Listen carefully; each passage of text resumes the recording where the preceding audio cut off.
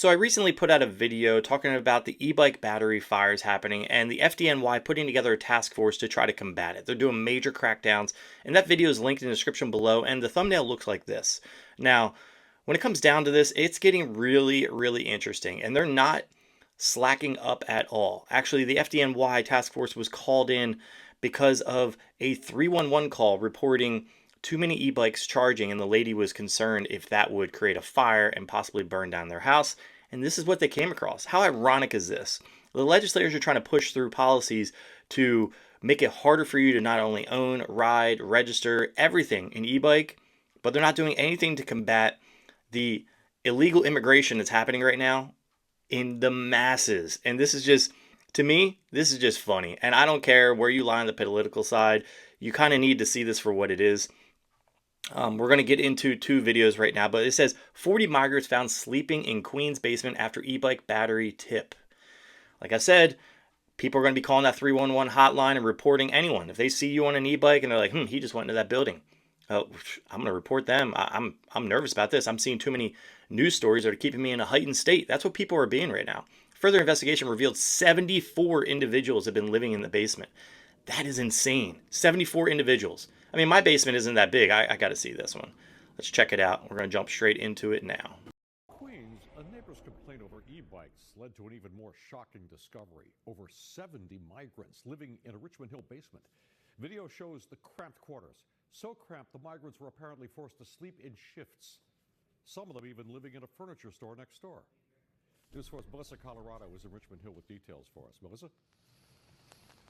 And Chuck, here's how this all started. The next door neighbor dials 311, complains to the city. She's noticing way too many e-bikes parked right next to her home. She's concerned about a fire, but firefighters instead discover something completely shocking. Nearly 80 migrants living in this property right behind me, all of them from Africa. They're sharing beds. They were sleeping in shifts. They had access to only 2 bathrooms, and now the city is ordering everyone out. Cell phone video shows how the basement of a furniture store. I mean, you can kind of get an idea of the distance there. That's a massive basement. That's a pretty big property there. And I mean, listen, no matter where you lie on the political side of things, legal immigration is where it needs to be. I don't care if you're left, right, center, whatever. Legal immigration. It's getting way out of hand. And New York City can't even hold it as it is. If you're going to comment below and try to disagree and say all these different points that don't really have any substance, you need to dig like 7 layers deep. You want to really find out the information about this stuff, dig 7 to 10 layers deep and then come comment, because I feel like a lot of people literally only read a headline and they think that's what the story is. Go back to Manhattan to write your name and he send you another place. SAR says he did not charge the men rent, only collected whatever money they could come up with each month. That's just a nice way of saying I'm collecting rent. Like, if you don't bring anything to the table, you're out. So he can say he's sounding like he's doing it out of the goodness of his heart. And I'm all for helping somebody that's in need. But it sounds like he went through the migration process.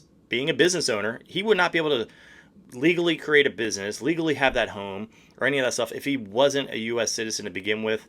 I get where he is at with this stuff, but at the end of the day, this is just an ironic story. And I don't mean to laugh, but it is what it is. I mean, like, the city can't take on these things, and they're trying to take on e-bike laws and take on things that don't have any real meaning instead of handling what's right in front of them. I'm not going to let the rest of this play out. I'm going to go straight into the other one, which is right here, which is a more updated story of it. Begin with breaking news out of Queens, where police say they have found nearly dozens of migrants living in a small, cramped basement. Emergency services have now been called for this, and News 4's Melissa Colorado is at that scene live in South Richmond Hill. Melissa, we're talking about up to 40 people living in this basement space at one time? Adam, it's actually more. I just spoke to the landlord, and he confirmed to me that he had 74 migrants living in this property, living in the basement. You can see police officers are here on scene. It's all part of this ongoing investigation. And I also spoke to the neighbor, the next door neighbor, who said she was the one who called 311. She made the complaints. She said she was just concerned for her safety because of noticing all of the e-bikes that were parked next door to her property. Now, we're being told this all started with FDNY inspectors officers looking into that complaint made by that next door neighbor about multiple e-bike batteries found near the side of the home. And the landlord confirming for us, yes, in fact, he had 74 migrants sleeping in shifts, sleeping in bunk beds, sleeping in the basement of this property. He said he felt bad for these migrants. You guys get the point. I'm not going to go too far into this. I'm going to link this article in the description below. By the way, the last news story I did like this, they tried to put a copyright on my video, and I ended up winning the copyright out of it. And they ended up, if they were to try to oppose it, they would have like got a channel strike, which is funny because I'm doing a commentating thing just like this. I'm bringing you guys the news that you're not going to see out there unless you're looking for it. That's the thing. When I say you got to dig layers deep, you can't wait for the news to come to you. You got to look for it. I'm over here looking for just like new e-bike news in regards to batteries, legislation, laws, whole 9 yards. And I come across this story and I found it ironic and funny in some ways. And it is sad in a lot of ways. Like, we live in a very cruel world, but we live in a structured environment here in the United States. And you got to go through the proper procedures in order to be a U.S. citizen. You can't just be flooding the gates. Otherwise, we're going to have all types of mayhem. I want to know your guys' opinion, not just on the e-bike thing, but this as well in the comment section below.